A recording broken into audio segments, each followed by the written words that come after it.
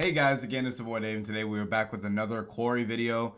And this one is titled Building on the Legacy of Until Dawn. So I'm going to guess they're going to be talking about, pretty much creating the success that was Until Dawn. Which, it was a hit, in my opinion. I don't know how good the game did overall, but it's definitely something special. And I know they're probably going to be talking about, pretty much like how the Quarry came about. But Until Dawn was fire. If you haven't played the game, I would recommend it.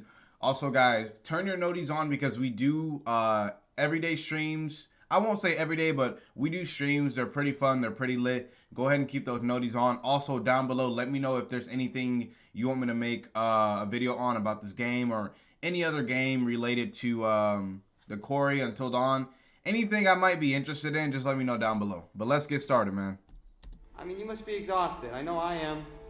Let me turn this down. I think our imagination... Max? Horror's a much bigger genre, I think, than people think. It's a really visceral emotion to be able to portray and to evoke. And with the new... I didn't know, by the way, that Until Dawn came out in 2015. So that was actually shocking considering how good the game looked, in my opinion.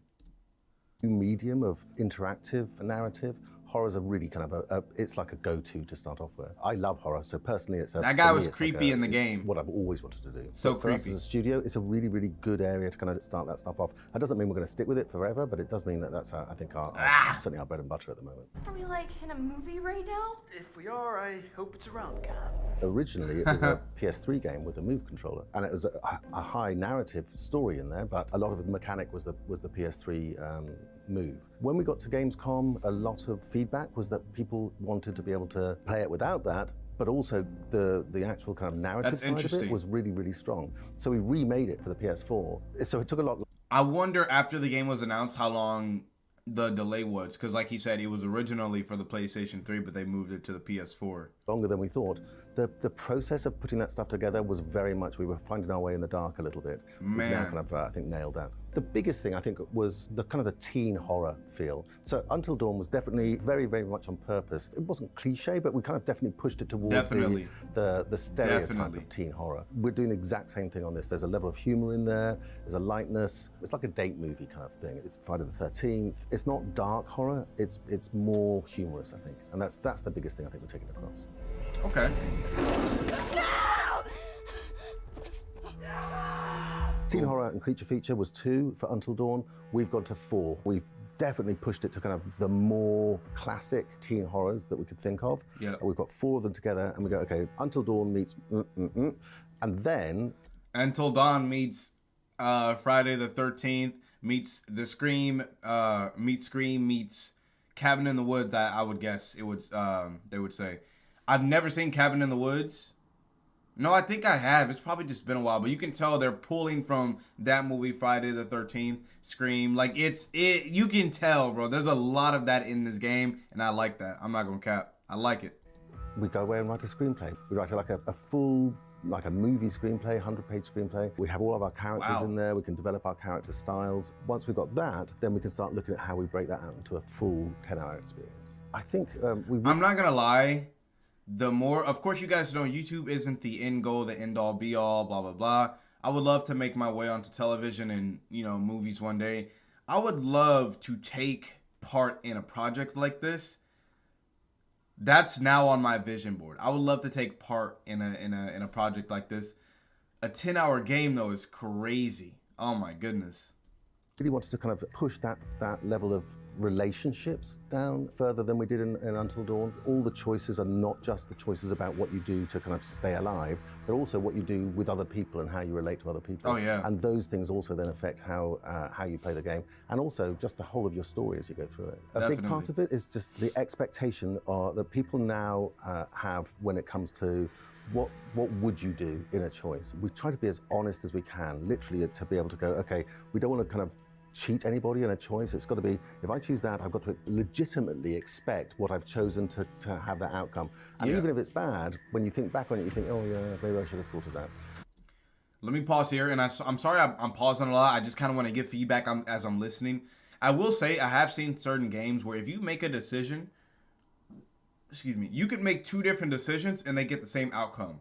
Until Dawn really did give you that experience of like I don't really know what the consequence for my action will be. I think it'll be more so seeing that there's over, I think they said 186 endings that could happen. I honestly think it's gonna feed more into like you really don't know. Like it could go so many ways, of course.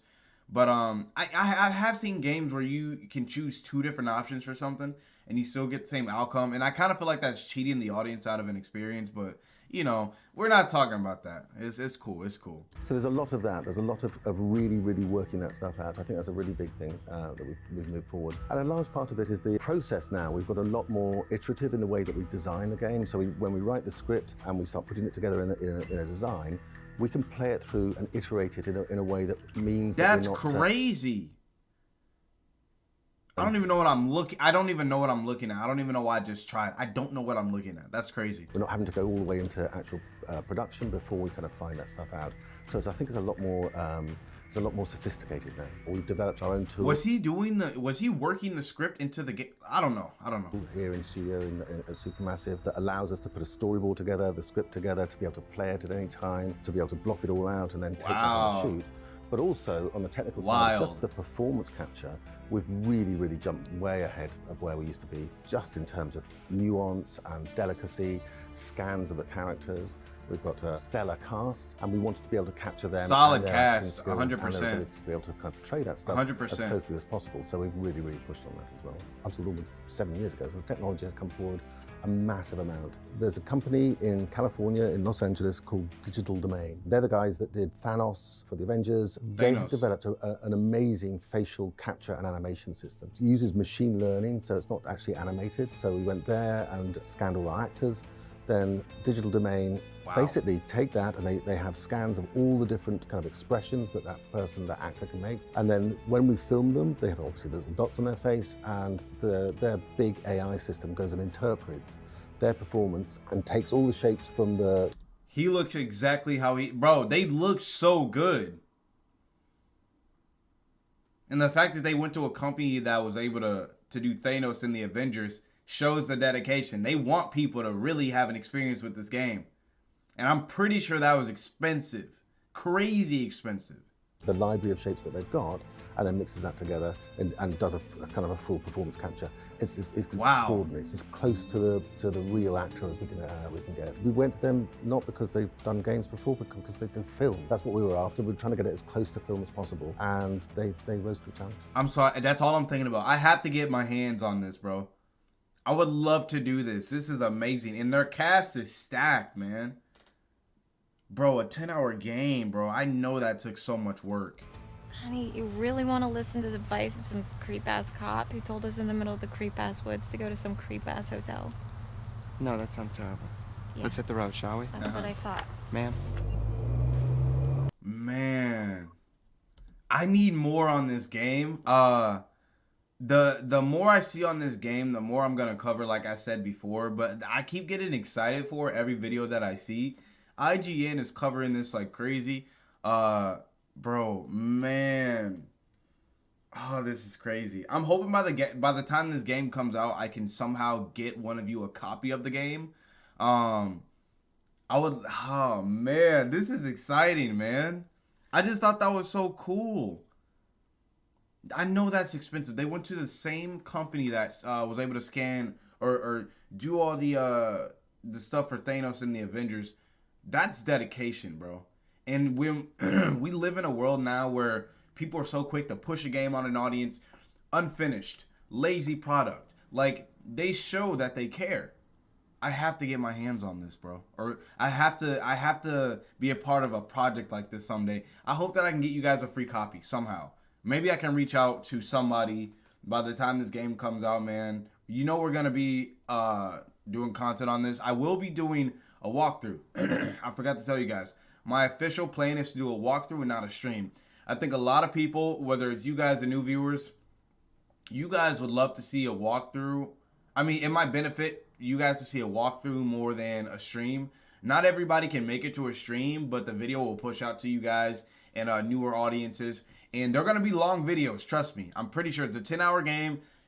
it's gonna be long videos. So, you know, just we gotta prepare for the ride, man. But I'm gonna update you guys the more that I go on and make these videos. But let me know what you guys want to see down below. I do a bunch of different gaming content. I haven't streamed or played WWE in a while or all these different games, but let me know what you guys want to see. But I'm gonna be pushing out more videos. I'll see you next time.